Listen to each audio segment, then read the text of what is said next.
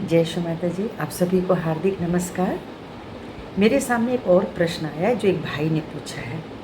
उनका ये कहना है कि मुझ में चारित्रिक दोष अभी भी नहीं जा रहा है। मैं सहयोग करता हूँ लेकिन यह दोष मुझ में से क्यों नहीं जाता है? इसलिए कि हमको ईश्वर का भय नहीं है, हमको हमारे कर्म का भय नहीं है। भय तो पैदा करना पड़ेगा। अब अगर मान लीजिए कि एक चोर है, वो चोरी करता है, उसको कोई सज़ा ना मिले तो चोरी करता चला जाएगा। लेकिन अगर वो पकड़ा गया और उसको सज़ा मिली, उसको जेल मिला, उसको मार पड़ी, उसका भोजन पानी बंद हुआ, उसके शरीर पर प्रहार किया गया है और इतना सब उसको सज़ा दिया जाए, तो फिर क्या वो चोरी करेगा? जल्दी तो नहीं करेगा, आत्मा काम जाएगी। तो अपराध का जो भय होता है ना, चरित्र के अपराध, वह डर नहीं पैदा कर रहा। उसको क्या लगता है कि हम छुपा ले जाएंगे, कौन देखने वाला है, सब कुछ तो रात के अंधेरे में हो रहा है। तो कभी कभी लोगों को लगता है कि हम जो रात के अंधेरे में चोरी, गंदगी, यहाँ जाना वहाँ जाना, जो भी कर रहे हैं, वह लगता है कि कोई नहीं देख रहा है। लेकिन एक योगी को जब पता है कि उसके भीतर एक सीसीटीवी बनी हुई है, उनकी कुंडलिनी माँ, और अब आप कहते हैं मैं सहयोग में हूँ, जिसका अर्थ ये कि वो जागृत है। अगर आपको वाइब्रेशन महसूस आ रहे हैं, इसका मतलब है कि आपका साक्षात्कार तो हो चुका है।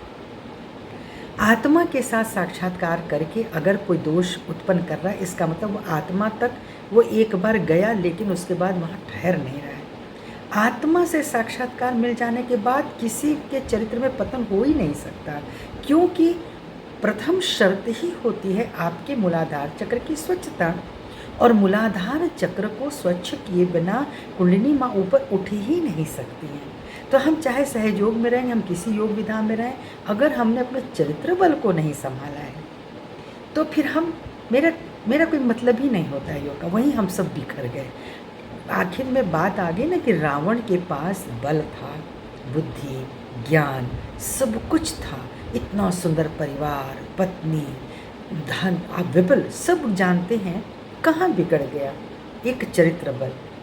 चाहे उसको कोई लीला कहे, कोई कहानी के, लेकिन जो हमारे सामने आया वो यही आया कि उसका चरित्र बल बिगड़ गया। वह श्री राम जी से तो बदला लेना ही चाहता उसके लेकिन पत्नी का अपहरण कर लेना, दूसरे की पत्नी का अपहरण कर लेना। सोच लीजिए, अपहरण करके उसको उसने अभी छुआ नहीं, उसको बहुत कुछ पता था। लेकिन जो लोग पर स्त्री को देख रहे हैं, जिनके चरित्र में दोष है, जो अपने पत्नी का सम्मान नहीं कर रहे हैं, वह कैसे आगे बढ़ेंगे? बढ़ ही नहीं सकते, आत्मा तक नहीं पहुँचेंगे। परमात्मा से तो बहुत दूर की बात है। तो बेचैनी तो आपको होगी। अब इसके लिए इतना ही कह सकते हैं कि ईश्वर से क्षमा मांगे। जो हुआ है, अगर वो पिछली घटनाएं हैं, अभी अब आपको नहीं, तो आप उन्हें क्षमा कर दें। शरीर इतना महत्वपूर्ण नहीं है जितनी आत्मा। तो शरीर की गलतियों को क्षमा करने का अर्थ है कि मैं अब ये नहीं करूँगा। तो इसके लिए कुछ शर्तें हैं। शर्तें ये हैं कि आप डायरेक्ट किसी की आँखों में ना देखें, आप सीधे आँख देकर किसी स्त्री से बात ना करें।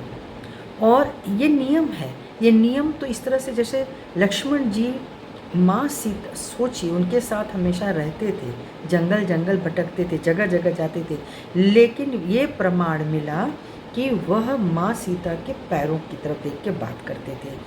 क्योंकि जिस समय जंगल में माँ सीता के गहने रावण ने जब अपहरण किया था और सीता माँ ने अपने गहने उतार करके फेंकने शुरू किए थे, तो जब पूछा गया कि गहने किसके हैं, तो श्री लक्ष्मण जी ने बताया कि ये माँ सीता जी के, भाभी के गहने हैं, मैं उनके पैरों पर देता था, वो बिछिया, वो पायल, तो वो देखते थे।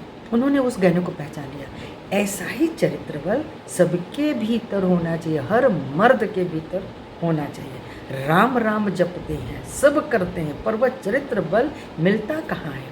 मैंने एक जगह बड़ा अच्छा पढ़ा, रावण को जब जलाया जा रहा था, रावण ने कहा मैं एक ही प्रश्न पूछता हूँ, इसमें से राम कौन है? ये जो जितनी भीड़ खड़ी है उसमें राम कौन है?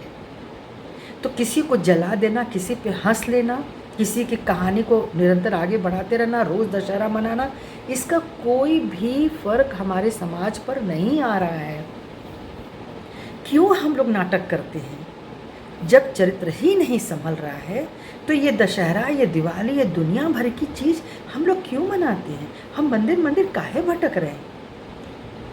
कहने का अर्थ ये है कि जब आपने सोच लिया कि मुझे ईश्वर का साक्षात्कार चाहिए, मुझे आध्यात्म चाहिए, मुझे हृदय का सुकून चाहिए, आत्मा की शांति चाहिए, तो फिर आगे बढ़िए कुछ इस तरह से।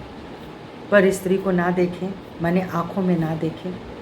गलत विचार आता है, आप अपने आप से कहें मैं तुमको क्षमा करता हूँ, इसे जाने दो, यह सब माया है, इसे जाने दो। उसके बाद आप धरती पर बैठें, जितना देर आप धरती पर बैठ सकते हैं, पृथ्वी माँ पे बैठें, हरी घास पर बैठें, श्री गणेश अथर्वशीष का पाठ करें, गणपति को ध्यान में रखें कि माँ पार्वती के ये वो बालक हैं जो सबसे प्रथम उस पर बिठाए गए, क्योंकि उनका चरित्र बल बहुत ऊंचा था, बहुत विवेक था। तो उनसे उनकी शक्ति मांगे। और श्री माता जी ने बताया है कि हम लोग 3 फीट की दूरी पर अपनी नज़रों को रखें। 3 फीट की दूरी पर अगर हम नज़र रखते हैं तो वहाँ पे जो हर्ब्स श्रब्स होते हैं और बच्चे होते हैं वो उस रेंज में आ जाते हैं। तो आप उन पेड़ पौधों को देखें, आप बच्चों तक को देखें, उसके ऊपर अपनी नज़र मत उठाइए, आपका कंसंट्रेशन बढ़ेगा।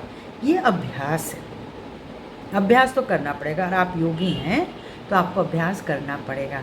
तो इस तरह के चारित्रिक बल का अभ्यास करना है। अपने मूलाधार का बल को ऊपर अंदर की तरफ खींचें, माँ कुंडलिनी पे बात करें, अपने आत्मा पर जाएं। आपको कहना पड़ेगा बारंबार कि मैं एक शुद्ध आत्मा हूँ, क्योंकि ये जो चारित्रिक दोष दूर नहीं हो रहा है, ये भी हो सकता है कि कोई जैसे पैशाचिक, ये भूत, इस तरह के जो गंदे होते हैं उनके भी जब आक्रमण होते हैं अपने ऊपर, तो वो वही सब थॉट देना शुरू करते हैं, वैसे ही लोगों के बीच बैठाते हैं, वैसे ही सीन देखने को प्रेरित करते हैं, और उसी का उनको लगता है कि हमारे अंदर एक ऐसी चीज़ आ गई कि मुझे इसी का आनंद है। पर ये सही नहीं है। आपको बोलना पड़ेगा कि मैं शुद्ध आत्मा हूँ, मैं शुद्ध आत्मा हूँ, मैं शुद्ध आत्मा, मुझे कोई और नहीं चाहिए। तो ये एक अभ्यास है। मूलाधार चक्र को शुद्ध करें, आज्ञा चक्र को शुद्ध करें और तब आत्मा बने। आत्मा पर जब आप आएंगे,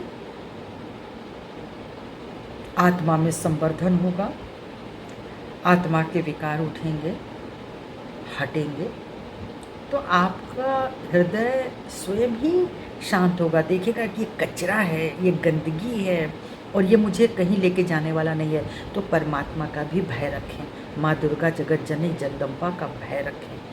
वो तो कभी भी मार देंगे। मरना तो वैसे भी है, धरती पर रहने तो आए नहीं हैं, धरती से उठना तो होगा। तो क्या सोच करके हम लोग चल रहे हैं कि कब तक धरती पर बैठेंगे और सब कुछ कर लेंगे, सारी गंदगी कर लेंगे। ये धरती को हम लोगों ने अपना जो है वो न जाने अनंत मकान बना लिया है, अनंत समय के लिए आ गए। ऐसा नहीं है, वो कुछ वर्षों तक का हमको जो समय मिला है इसको बना लें, संवार लें, सुधार लें। टाइम तो मिला ही है, अभी तो मर नहीं रहे।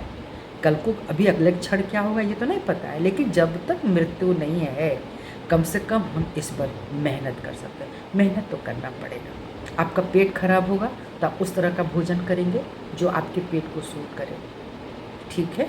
तो आप यही समझिए कि आपका पेट, आपका चित्त, आपका मन इतना खराब हो चुका है कि आपको वैसा ही भोजन, वैसी ही समाधि, वैसी ही लगन की ज़रूरत है जो आपको सुधार दे। और आप सुधरेंगे क्योंकि आपने ये प्रश्न किया है।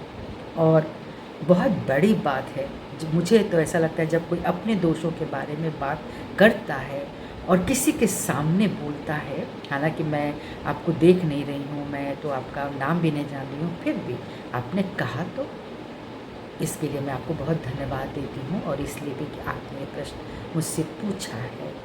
हो सकता है कि आपको ये बात अच्छी लगे। जय श्री माता जी।